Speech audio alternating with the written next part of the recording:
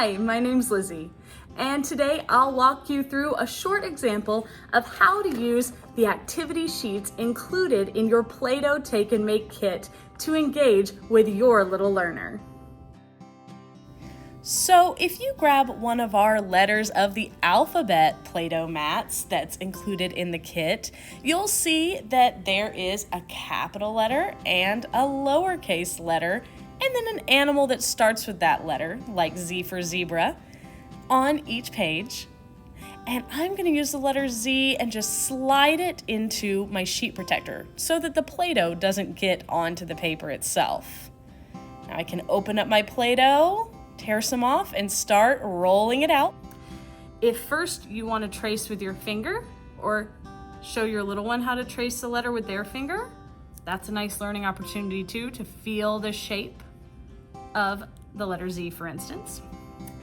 But I think it's more fun personally to build a letter Z out of Play-Doh. I've got a nice bright green Play-Doh for our big capital Z.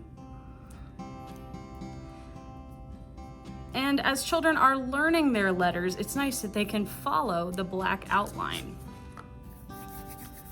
That way, if they don't know exactly how it's shaped, this is a nice guide. All right. It may not be the prettiest Z, but it is a sensory way to engage with the letters. They can really feel along the ridges of the letter Z now. And we can repeat the same thing with our lowercase z.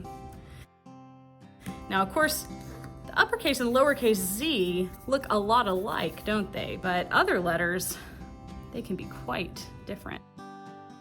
So Z says Z, Z, like in the word zebra. All right, so now that we know what to do with an alphabet activity sheet, you can switch it out for one of our activity sheets that has a little challenge on it for kids. Now, of course, do you have to do the challenge? No. You can play and use the Play-Doh to create all sorts of stories. I bet you could come up with a really neat underwater story with this one. The challenge here says, make 8 tentacles for the octopus. Oh, and I see where his tentacles go, but they're missing, aren't they?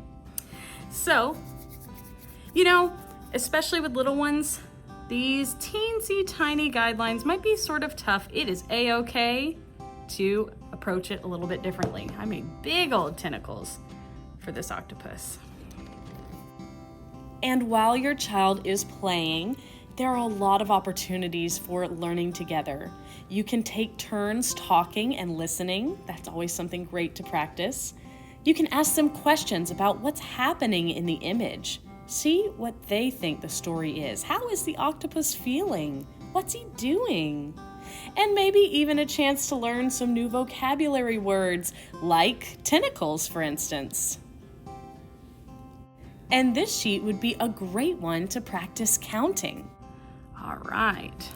1, 2, 3, 4, 5. How many more do we need to make? 3 more, that's right. And remember, you don't have to stick with the challenge on the sheet. These are just opportunities for learning, playing, and using your imagination together.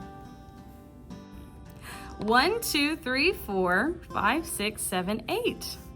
So that's just one example of our challenge activity sheets and how kids might be able to engage with them and learn with them.